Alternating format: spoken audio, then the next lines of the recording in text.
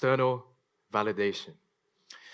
The approval many of us crave from the world around us, whether it's from grades, looks, likes on social media.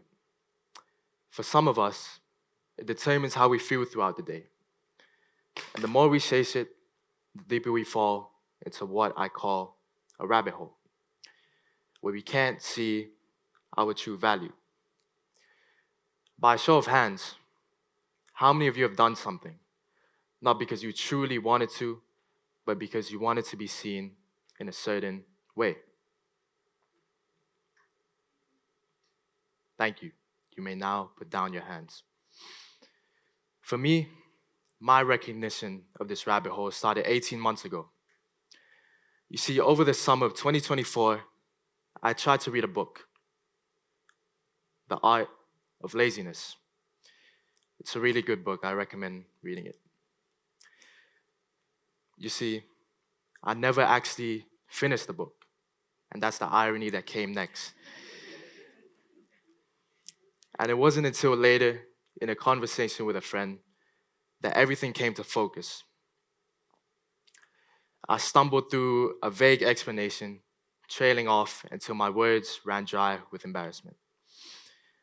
And in the moment of silence that followed my awkward laughter, I found the turning point, the reason I am standing here today. I realized that I wasn't reading to gain knowledge from this book at all. I was reading because I wanted to say I'd read a book over the summer. I wanted a short-term confidence boost, and I wanted people to see that I was an intellectual. And this is where the rabbit hole comes in. The replacement of internal value with external validation doesn't just happen at once. It happens in small, subtle steps. And this was when I realized that I was doing things to be perceived in a certain way. I would talk about things not because I was genuinely proud of them, but because I wanted people to see that I was proud. I'd slip in achievements into casual conversation or mention how busy I was, as if busyness were a badge of worth.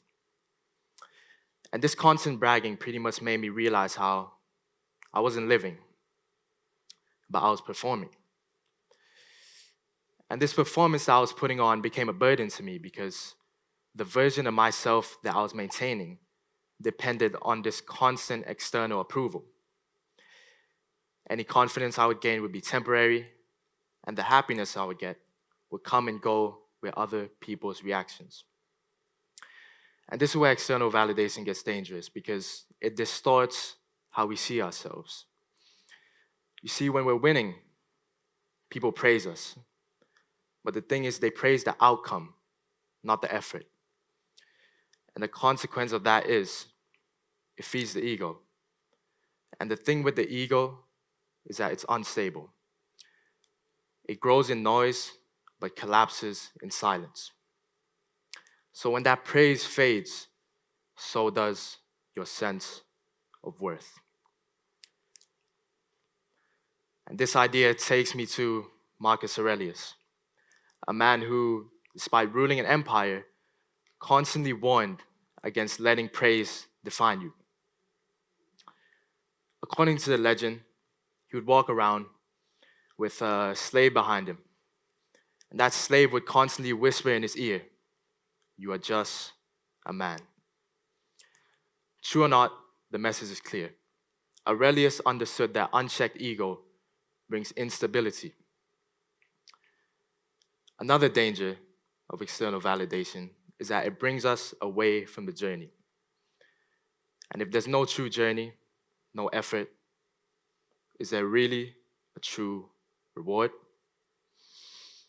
And it turns out science actually backs this up. In a long-running study conducted at Cornell University, psychologist Dr. Thomas Gilovich found that the journey, getting from point A to point B, brings people more sustained happiness than material purchase. Why? Because experiences continue to grow in meaning through reflection long after they're over. The takeaway is clear. When our happiness comes from something that disappears as fast as an applause, then it was never truly ours to begin with. So, how do we escape this pattern?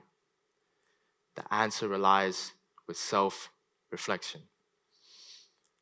It was when I started to reflect on my actions that I realized the reality of things.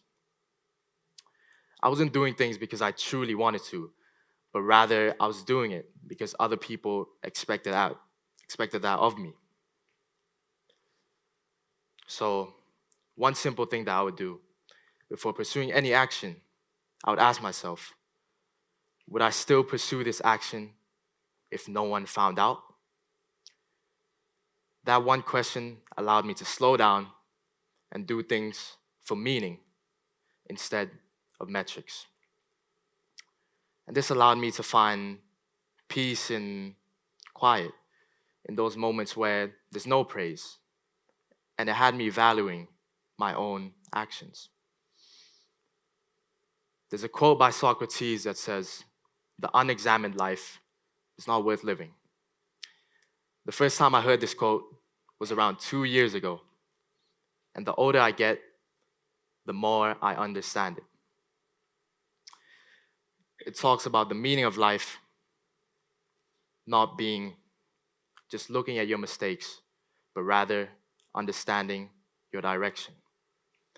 Because self-reflection isn't about just staring at your mistakes, but rather living in alignment with who you really are. So this gives us a choice. We can either keep chasing this temporary rush of validation, or we build a life rooted in reflection.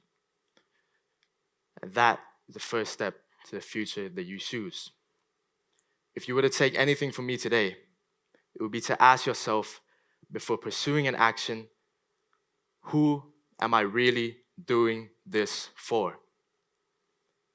That is the first step to choosing the future that you want.